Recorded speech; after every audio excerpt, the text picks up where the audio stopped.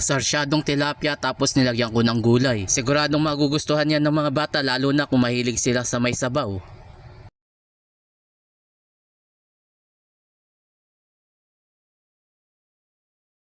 May dumating akong bisita at gusto daw niyang mag-ulam ng may sabaw. Buti na lang meron pa kaming 3 pirasong natirang isda kaya sabi ko sa kanya magsarsyado na lang ako, lagyan ko ng gulay. Okay naman sa kanya, ang importante may sabaw yung ulam. Buti na lang hindi masyadong maselan sa ulam yung anak ko. Pero minsan tinatanong namin kung ano ang gusto niyang ulam, kami na yung nag-a-adjust. After ko ma-scramble yung itlog, yung kamatis naman yung hiniwa ko. 4 na kamatis lang yung hiniwa ko, may sabaw kasi yung iluluto ko kaya mas konti lang yung kamatis. After ng kamatis, sunod ko namang hiniwa yung sibuyas. Katamtamang laki lang ng sibuyas yung hiniwa ko lang yan ng maninipis. Sunod naman yung bawang, nagdiktik lang ako ng 3 piraso. Tapos yung pechay na hiwa ko na rin, hindi ko lang na-i-record. Shoutout nga pala kina Janet Paclibar ng Libis, Quezon City, Epleda Benitez ng Barangay Maimpis, San Fernando, Christy Santos ng Pampanga, at kay Rudy Manoso ng New Zealand. Ginisa ko ng maigi yung sibuyas at bawang hanggang sa lumabas yung aromatic. After ng ilang minuto, tsaka ko naman nilagay yung kamatis. Niluto ko lang yan ng maigi para kapag hinigop yung sabaw, masarap. Kung nandito ka pa rin sa bahagi ng aking video, pakishare mo naman para marami makapanood. Continuous lang ako sa paghalo sa kamatis hanggang sa maluto ng husto. Para hindi agad mapanis yung ulam, kailangan lutong-luto yung kamatis. Lalo na kung paaabutin nyo ng gabi yung ulam ninyo. Sunod naman, nilagay ko na yung 3 pirasong isda. Kung nanonood ka pa rin, pakicomment mo naman kung tagasan ka para malaman ko kung saan napapanood yung aking video. At maraming salamat din pala sa mga nagsishare sa aking video dahil sa inyo maraming nakakapanood. Nilagyan ko lang ng sapat na tubig at tinakpan ko na para mapakuluan. Shoutout nga pala kina Alwin Hebulan ng Santa Rosa, Laguna, Rico Osorio ng Kawayan, Isabela, Marilu Anjo ng Paniki, Tarlac, at kay Prince Catalia ng Pampanga. Naglagay din ako ng powder na paminta para lalong malasa at konting halo lang yung ginawa ko. Konting pakulo lang yung ginawa ko at nilagay ko na rin yung pechay. Kung bago ka lang sa page ko at hindi ka pa nakapollow, pakipollow na lang ako para updated ka sa mga susunod kong video. At syempre, huwag mo na rin kalimutan na i-like and share. Konting halo lang yung ginawa ko at pinakuluan ko pa ito ng ilang minuto. Makalipas lamang yung ilang minuto, tsaka ko naman nilagay yung itlog. Kung gusto ninyo na maraming itlog yung ilagay ninyo, okay lang yan, mas lalong gusto ng mga bata. Hindi ko na muna hinalo, hinayaan ko lang muna kumulo ng kaunti bago ko hinalo. Para magbuo-buo, hindi kasi nakain ng gulay yung anak ko, sabaw lang. Pagkatapos naglagay na rin ako ng pampalasa, tinansya ko na lang yung paglagay ng patis. After ko maikalat yung patis, hinalo ko lang ng husto para magpantay yung lasa. Pagtikim ko, kulang pa sa alat kaya dinagdagan ko pa ng kaunti. Mas okay kasi na kaunti muna yung ilagay mo kaysa dun sa sobra. Pinainin ko na lang yan ng kaunti at pagkatapos kumain na rin kami. Paano mga lods, kain muna tayo.